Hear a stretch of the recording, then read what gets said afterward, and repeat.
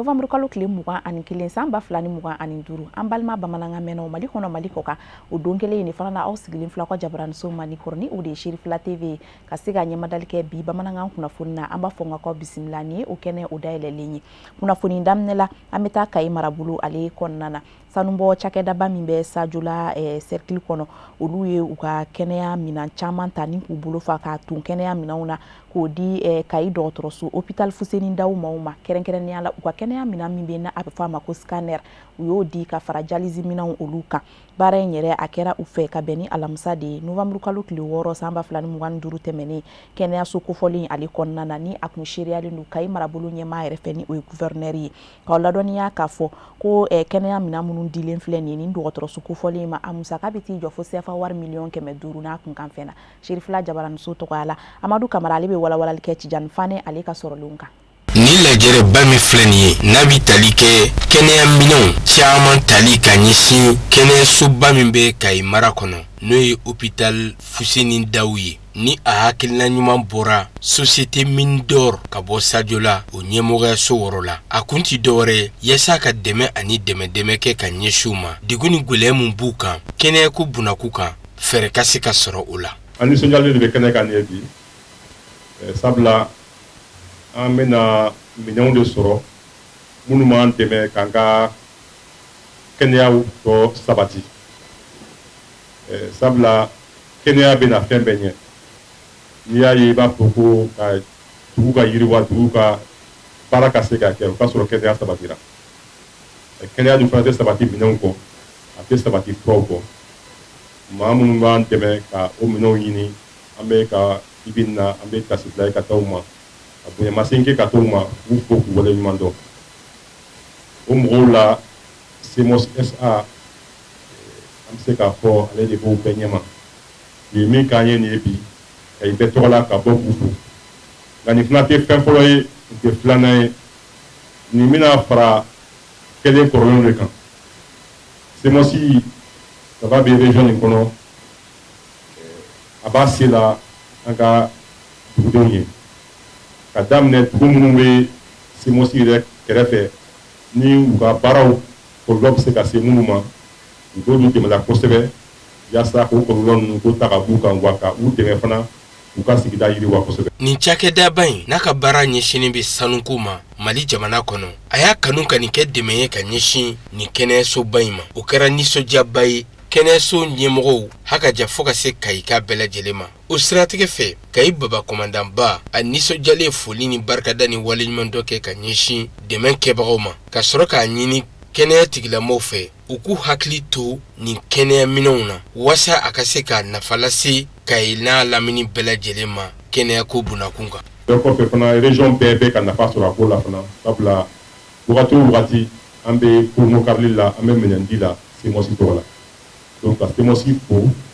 o waleya nin na k'a fɔ halisa an tigiya b'u kan an bɛ dilan b'a la k'a fɔ nin ɲɔgɔnna caman bɛ kɔfɛ sabula sigi diyara o de o tuma an bɛ dugawu kɛ halisa ala ka kɛnɛya sabati ala ka aw yɛrɛ ka baara yiriwa ala ka nin ɲɔgɔnnaw dɔw caya ala ka nin ɲɔgɔnna hakilinaw caya ala k'an ka jamana yɛrɛ sumaya k'aw Fuseni Dawu mɔgɔw k'u fo kosɛbɛ ka cɛsiri n'u ka wuli ka jɔ la tiɲɛ don baara ma nɔgɔn bi sabula minɛn bɛɛ tɛ sɔrɔ la wa fɛn fɛn aw mago bɛ fɛn fɛn na a bɛɛ tɛ sɔrɔ ka di aw ma nka u bɛ n'a ta aw b'aw se la an ka kɛnɛyako la donc k'aw fo ka waleɲuman dɔn ka ɲini aw fɛ halisa aw timinandiya dɔɔnin don jamana bɛ lahala min kɔnɔ bi bɛɛ b'a dɔn nka wagati ko don an ka laɲini ye min ye ni ala sɔnna o bɛ sinsin o tuma jamana ni a tɔ bɛ yiriwa ka taa fɛ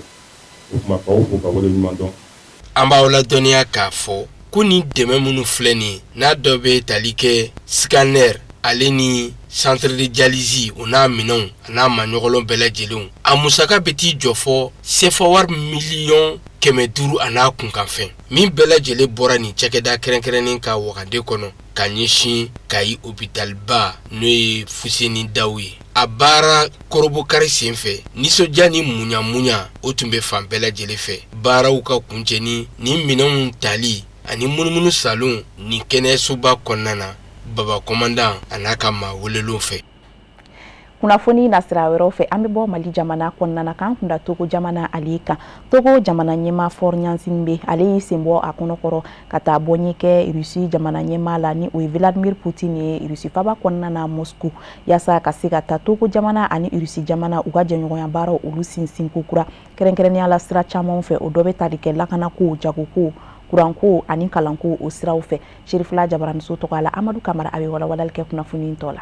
Togo jamana ɲɛma Faure Gnassingbé bisimilara Moscou faba kɔnɔ Russie jamana kɔnɔ a bi wagati bɔ a ka nin taama bɛɛ lajɛlen sigilen tun bɛ k'a kɔnɔ nin na kɛ a siɲɛ fɔlɔ ye san 6 kɔfɛ Vladimir Poutine ani Faure Gnassingbé u ka sigi ka kuma ni ɲɔgɔn ye sigi in kɛra ka bɛn araba novembre kalo tile 19 saba 2025 Kremlin bɔɲɛ ni kunba b'a la a bi tali kɛ jamana fila ka bolodi ɲɔgɔn ma ka nafasɔrɔ siraw bɛn ani kelenya o ni a ɲɔgɔnna wɛrɛw caman minnu bɛɛ lajɛlen jateminɛlen bɛ u ka ni sigi ka fɔ senfɛ k'a jira k'a fɔ Russie jamana a bi kuma bɔ a kɛlen bɛ k'i bolo mana bɔ farafinna jamanaw nɔfɛ yaasa a ye se ka jɔyɔrɔba sɔrɔ farafinna gun kan k'a jira u la k'a fɔ ko jamana ɲɛma fila n'o ye Vladimir Poutine ani Faure Gnassingbé u ka ni sigi ka fɔ in kɔrɔfɔw na boli jamana fila ni ɲɔgɔn cɛ baaraw jidili bolodi ɲɔgɔn ma ka ɲɛsin bɛn ani kelenya farafina jamanaw kɔnɔ kabini octobre kalo san 2025 bolodi ɲɔgɔnma kɛra Russie jamana ani fɛn Togo jamana ni ɲɔgɔn cɛ ka ɲɛsin sira camanw ma minnu la ɲinina jamana ɲɛma filaw fɛ ka ɲɛsin lakanako fɔ ka se dɔnnikɛ wɛrɛlu ma finitigilakaw kun kan o ni kunnafoni n'an b'a wele ko renseignement fɔ ka se kɛnɛyako ma ninnu bɛɛ lajɛlen kɛra waliyaw ye kɔrɔfɔw saradala jamana ɲɛma fila ni ɲɔgɔn cɛ minnu kan ka bɔ olu la sɛnɛko kuranko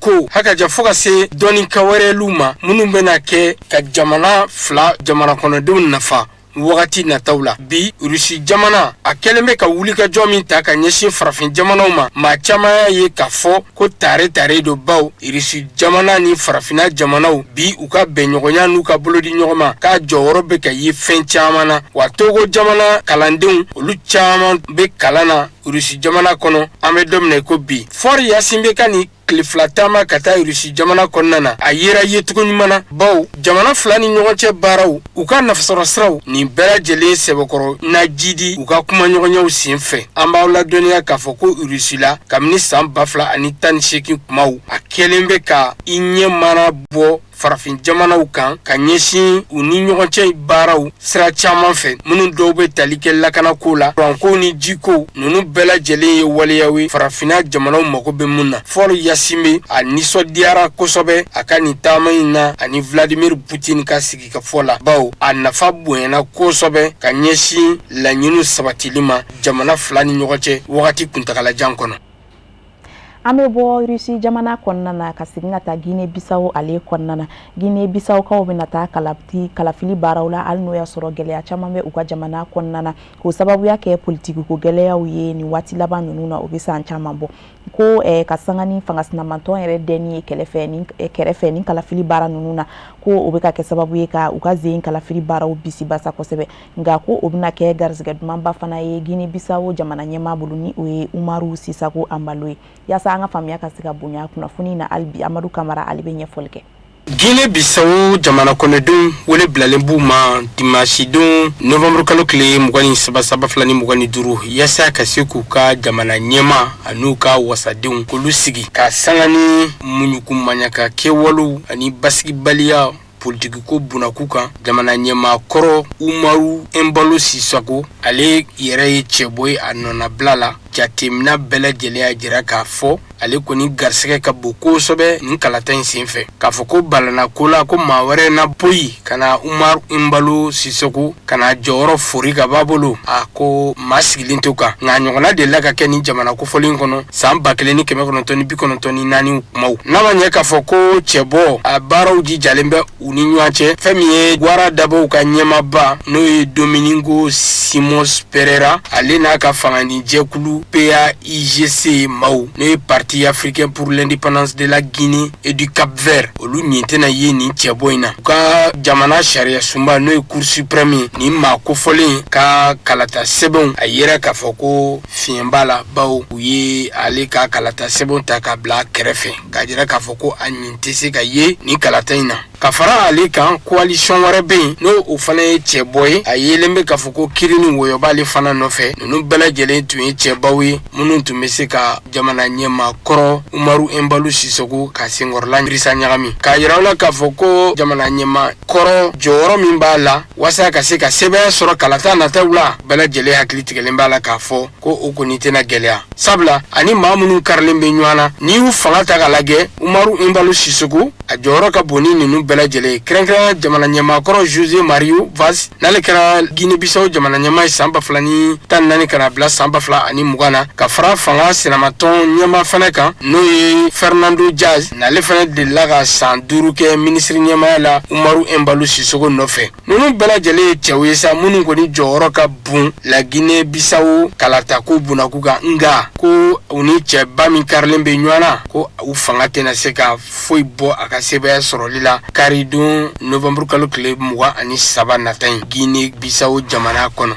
an b'a ladɔnniya k'a fɔ k'a daminɛ octobre kalo kuncɛ waatiw kana bila fɔ campagne dayɛlɛ kumaw la ni maa kofɔlen ninnu u ka yɛrɛmankutuw sen fɛ kumaw cayara kɔrɔfɔw bɔn kun ka bɔ sen kan ka hakili jiginna décembre kalo san 2023 u ka wasabulon u kɔni gulonna jamana ɲɛmaa fɛ bari sabu k'a da kan wasabulon kɔnɔ la fɛn min ye fanga sɛnɛmatɔ maaw olu de tun ka ca ni jamana ɲɛmaa yɛrɛ nakɔkɔrɔmaw ye n'a ma ɲɛ k'a fɔ ko e bolo bɛ da la n'a fɔra da kɔnɔ fɛn ko e yɛrɛ ɲɛ tɛ se ka da kan jamana ɲɛmaa Umaru Embalu Sisoko a ye wasabulon maaw a y'a dakolonti k'a filenkolonti k'a bɔ o kuma na ka na bila bi la ko yɛlɛmaw caman donna la Guinée Bissau jamana kɔnɔ sabula n'i y'a ta ka lajɛ maa 100 o 100 kɔri 40 olu bɛɛ lajɛlen bɛɛ balo degun ni gwɛlɛya kɔnɔ n'an b'a fɔ a ma ko pauvreté Guinée Bissau jate minɛlen bɛ nanzarala setigi jamanaw ani Amérique jamana fɛ k'a fɔ ko jamana min don yakubali ko o bi ɲɛ yɔrɔ min na kosɛbɛ sabula fɛn caman minnu bɛ tɛmɛ ni jamana kofɔlen fɛ ka bɔ nanzarala hakaja fo ka se Amérique latine jamanaw kɔnɔ ka don Europe diɲɛ fan wɛrɛw fɛ an b'a ladɔnniya k'a fɔ ko la Guinée Bissau jamana ɲɛmaa kalata nata in ko a tɛna kɛ basi ye k'a na bi dɛsɛ sabula yɛrɛmankutu sen fɛ kɔrɔfɔw bɛ ka boli fɛn minnu kan kɛnɛya ko kalanko sirako baarako hakaja fo ka se yuruguyurugu o kɛlɛli ninnu kɔni kɛra candidat ninnu n'o ye cɛbaw ye u bɛɛ lajɛlen dalagise ye u ka yɛrɛmankutu sen fɛ fan o fan n'u sera yɔrɔ minnu na ninnu kɔni bɛ sɛbɛkɔrɔta ka segin k'a jira jamana kɔnɔdenw na k'a fɔ ko yɛlɛmaba kan ka don a kɔnɔ nin kalata in sen fɛ min bɛna boloda novembre kalo tile 23 san 2025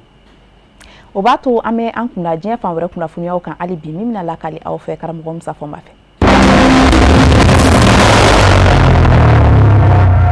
Lakanabaliya bɛ ka bonya Nigeria jamana kɔnɔ o de y'a to Nigeria jamana ɲɛma a ye a ɲini surasiw fɛ u ka kɛ kɔlɔsilikɛla ye u k'u janto yɛrɛ la u k'u janto jamana la ka sabu kɛ jamana bɛ farati danga la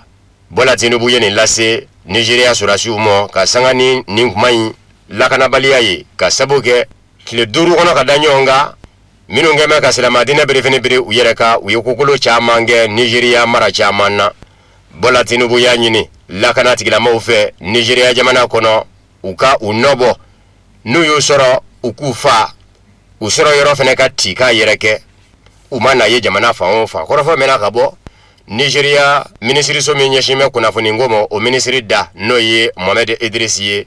a kɛtɔ ka Nigeria kadenw hakilina tigɛ u ka dɔn k'a fɔ musomanni minnu mina kalanso la lycée Kebi maramafɛntigiw fɛ ka taa n'u ye u ɲinini kɛ bɛ jamana ɲɛmaw kungangoba ye bi ka sanga ni lakanabaliya ye Nigeria jamana ɲɛma Bola Tinubu a kun kan ka ye Afrique du Sud duguba la Johannesburg ka sabu kɛ diɲɛ setigiba jamana 20 ka lajɛ n'o ye G20 ye o n'u kan ka don yen nka Bola Tinubu ye o tali bɔ a mɔ Angola jamana fɛnɛ a kun kan ka taama kɛ ka ɲɛsin yen mɔ a y'o fɛnɛ bɔ a mɔ tile laban ninnu na Nigeria jamana sɛbɛkɔrɔ 5 la novembre kalo tile 18 Kwara mara la maramafɛntigiw ye bulukoso kɛ ka don chrétienw ka bato kɛso la k'u to bato yɛrɛ la ni ka maa fila fa olu la novembre kalo tile 16 ka dugu jɛ a tile 17 la Kebikaw fɛ yen kalanso min bɛ yen lycée musomanni 24 maramafɛntigiw donna olu ka Kebi mara la k'u ta ka taa ni u ye novembre kalo tile 14 surasi 4 fara maramafɛntigiw fɛ Nigeria surasiya général ba kelen bɛ la n'o ye général de brigade Musa Ubaye ja dɔ kun dara u ɲɛ jarawelejakulu état islamique fɛ min bɛ farafina tile bi yan b'a fɛ ko ISWAP Borno marala o surasi naani undura o la. Kunnafoni minnu bɛ ka munumunu nazarala kunnafoni di sow la k'a fɔ Ukraine jamana ɲɛmaaw kɛnɛ kɛ ka yɛlɛma don Amérique jamana ɲɛmaa Donald Trump mankan bannen nɔ Russie ni Ukraine jɛ o fɛɛrɛ dajiralen kɔnɔ bɛnkanw na Ukraine jamana ɲɛmaaw ko kalo don Rustem Umerov ni Ukraine jamana minisiriso la ale ɲɛsin bɛ jamana kɔnɔna lakanani mɔ yan'o jɔyɔrɔ in jɛ a bɛ deli ka kɛ surasiya yɛrɛ minisiri ye ale de ye kɔrɔfɔ nkalontigiya nka yanni nin nkalontigiyali kun cɛ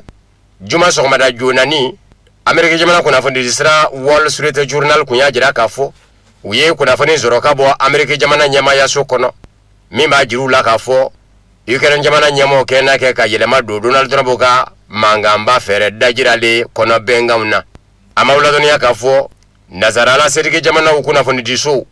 u bɔra ni Donald Trump ka mankanba fɛɛrɛ dajiralen ye ni nka kɔnɔ kuma da diɲɛma tulo kan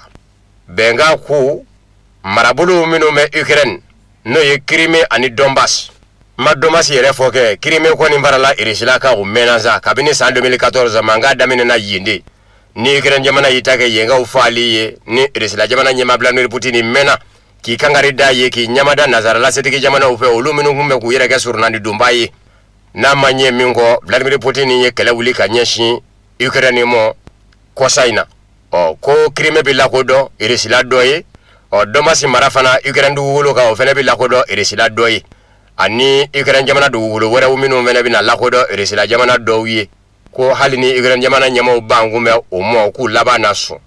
a sɔngɔɲɔgɔnsegi bɛ kɛ mun ye Ukraine jamana bolo Ukraine jamana bɛ danganiyaw sɔrɔ ka bɔ Amérique jamana yɔrɔ k'a fɔ jamanatigɛ farati ye Ukraine jamana mɔ bilen Russie tɛ setigi jamana wɛrɛ tɛ kɛlɛ darɔ yɔrɔ dɔ n'a labɛn Ukraine jamana kɛlɛcɛw u ka bɔ kɛlɛ kɔnɔ u ni bɛ se ka kisi yɔrɔ min o yɔrɔ na labɛn u ye Ukraine kɛlɛcɛw ni u sigi sigiyɔrɔma 2 kilancɛ bɛɛ bi bɔ a la kɛlɛcɛ bɛrɛ ti to a bolo bilen maramafɛn minnu bɛ i n'a fɔ mugu filitaw minnu bɛ yɔrɔ jan sɔrɔ n'u ko ma ko arme à longue portée o bɛ kumaniya Ukraine jamana mɔ Donald Trump ka mankanba fɛɛrɛ dajiralen kɛlɛcɛ dunanw u bɛ Ukraine jamana bila i n'a fɔ nazarala setigi jamanaw kɛlɛcɛw wa hali yɔrɔ minnu bɛ to Ukraine jamana bolo n'a yɔrɔw sago ye u ka to ni u ka Russie ka ye ni Ukraine jamana ɲɛmaaw ban kun bɛ o ma ko fɔ u k'o kanfɔta in bila ko a yɔrɔ maaw ka kanfɔta bɛ to Russie ka fɔli la Bloomberg kunnafoni de sira yira k'a fɔ Donald Trump ka mankanba fɛɛrɛ dajiralen fana kɔnɔ ɲangiw minnu ɲɛsin kun bɛ Russie jamana mɔ ɲangiw bɛ wuli Donald Trump Amérique jamana ɲɛmaa ni Volodymyr Zelensky Ukraine jamana ɲɛmaa kɛra sɔnfɛn ye a ka mankanba fɛɛrɛ dajiralen mɔ ka mankan ba Ukraine ni Russie cɛ a dɔ la ɲuɲu ni ɲaɲa min bɛ Ukraine jamana ɲɛmaa Volodymyr Zelensky nɔfɛ bi k'a fɔ a tɔgɔ bɛ yuruku la nafolo minnu kun bɛ ka di Ukraine jamana mɔ kɛlɛ in nɔ a nafolo yurukura a n'a jɛɲɔgɔnw fɛ ko Donald Trump Amérique jamana ɲɛmaa laban bi ɲɛtugu o kan kɔrɔfɔ mɛnna ka bɔ kunnafoni di sira la min bɛ wele ko Starania kunnafoni di sira yira k'a fɔ Donald Trump n'a ko a bɛ don Ukraine jamana kɔnɔ sɛgɛsɛgɛli kɛ jɛkulu filaw fɛ Bureau national anti-corruption ani parquet spécialisé anti-corruption Ukraine k'u bolo tunɔmi u ye sɛgɛsɛgɛliw minnu kɛ u k'a bɛɛ lajɛlen bila Volodymyr Zelensky jamana ɲɛmaa n'a nɔfɛmɔgɔw kun kan k'a ti dɛsɛ nin sɛgɛsɛgɛli jɛkulu ninnu na ko o tuma Volodymyr Zelensky Ukraine jamana ɲɛmaa n'a sɔnna Amérique jamana ɲɛmaa Donald Trump ka mankanba fɛɛrɛ dajiralen mɔ n'a yɛrɛ ko a b'i ɲɛsin a ka fanga sinaw mɔ Ukraine jamana kɔnɔ ka bɔnɛ banfula don olu kun na ko Donald Trump bɛ sɔn k'i ɲɛtugu o bɛɛ ka walikɛla a b'a dɛmɛ o la yɛrɛ Starania kunnafoni di sira yira k'a fɔ ni Volodymyr Zelensky Ukraine jamana ɲɛmaa kɛra sɔnfɛn ye Donald Trump bolo n'a kɛra fanga bila fɛn ye a bɛ se k'a hakilina tigɛ k'a fɔ Donald Trump ka sutura birifini na ye a ka fɛn t'a sɔrɔ nazarala kunnafoni di so caman ye Donald Trump ka mankanba fɛɛrɛ dajiralen da diɲɛma tulo kan a kumabaw ye Crimée ni Donbass marabolo olu bɛ to Russie jamana bolo ani Ukraine dugukolo wɛrɛw Ukraine jamana si t'i kɛ farati ye a mɔbile lakanako ta fan fɛ Amérique jamana b'i jɔ a jigiya kɔrɔ ye yɔrɔ dɔ bɛ labɛn Ukraine jamana kɛlɛcɛw bɛ se ka bɔ kɛlɛ kɔnɔ ka taa yɔrɔ min u lakananden Axios kunnafoni di sira kun ye a jira k'a fɔ Kherson ni Zaporijjɛ mara o min ye kɛlɛda ye jamana filaw cɛ jɔ bɛ kɛ yen kɛlɛw temandike yinga irisila jamana fene bi dugukolo dɔw fene lasegi Ukraine jamana mofa dɔw fene fɛ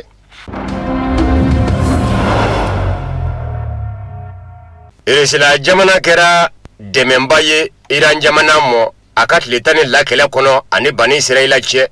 wa bi Iran jamana ni irisila jamana ka jɛ cakɛ ɲɔgɔnya a kɔrɔ don bɛ bi ni ye Iran ka ministre ka kuma ye ministre min ɲɛsin bɛ Iran ni jamana wɛrɛ ni ɲɔgɔn cɛ ko ɲɛnabɔw ma n'o ye Abbas Araghchi ye kunnafoni diso dɔ la a ko mɔw tɛ min kalama irisiw y'anw sɛbɛkɔrɔ dɛmɛ kɛlɛ bilennen kɔnɔ ani Bani Israila cɛ tile 12 kɛlɛ kɔnɔ min kɛra juin kalo tɛmɛnen wa kabini tile 12 kɛlɛ tɛmɛna ni Bani Israila cɛ ani irisila ka jɛ dɔ kɔrɔ donna wa n bɛ se ka min da u tulo kan kunnafoni dilaw bi o ye ka fɔ bi Iran jamana labɛn bɛ kɛlɛ mana bɔ fan o fan fɛ k'i kɔ da a la a ko wa ko ni kuma jara yɛrɛ da a bɛ se ka fɔ bi ko Iran jamana labɛn bɛ ka tɛmɛ tile 12 kɛlɛ kuma kan o ni Bani Israila cɛ ministre ɲininkara kunnafoni dilaw fɛ yala e kɛ mɛ ka jira k'a fɔ a labɛn bɛ bi ka tɛmɛ tile 12 kɛlɛ kuma kan ni Bani Israila cɛ i b'a fɛ ka mun fɔ ministre ko anw ka mugu filitaw u bilama u kan ka yɔrɔ o yɔrɔ suma ni bonni kɛra kɛfɛn ye don dɔ la k'u kɛmɛ ka suma k'a sigi a ka bi tɛku n'a filira a t'a jɛ wa minɛn ɲumanw de b'u bolo bi a kama a caman fana ko bawo ko tile 12 kɛlɛ min kɛra u ni Bani Israila cɛ a kɛra kalansen ye Iran jamana bolo yɔrɔw minnu kɛra fiɲɛ ye Iran jamana ka labɛn la Iran jamana y'o ye a ye nɔbɔ siraw minnu ka a y'o ye Bani Israila jamana fana ka fiɲɛ bɛ fa min fɛ ko Iran jamana y'o ye ko nin bɛɛ lajɛlen de labaarala Iran jamana fɛ ni ka Iran jamana surasiya sɛbɛkɔrɔ labɛn ni kɛlɛkɛminan jolenw ye ko kuma ale bɛ se k'a fɔ ko Iran jamana labɛn bɛ bi kɛlɛ kama ka tɛmɛ tile 12 kɛlɛ kan u ni Bani Israila cɛ o kɔrɔ tɛ ko kɛlɛ ka di Iran jamana ye ko nka yɛrɛ b'a kalama e maa o maa n'i b'a fɛ i ka lakana i bɛ kɛlɛ ɲɛsigi de Abbas Araghchi Iran kaw ka ministre a ko nazarala setigi jamanaw kɛwale de ye olu bila ka jɛ kɔrɔ don u ni irisila ni sini cɛ ko nazarala setigi jamanaw kɛwale ye a jira Iran jamana denw na k'a fɔ sini ni irisila fɛ jɛ ka bisa ni u fɛ jɛ ye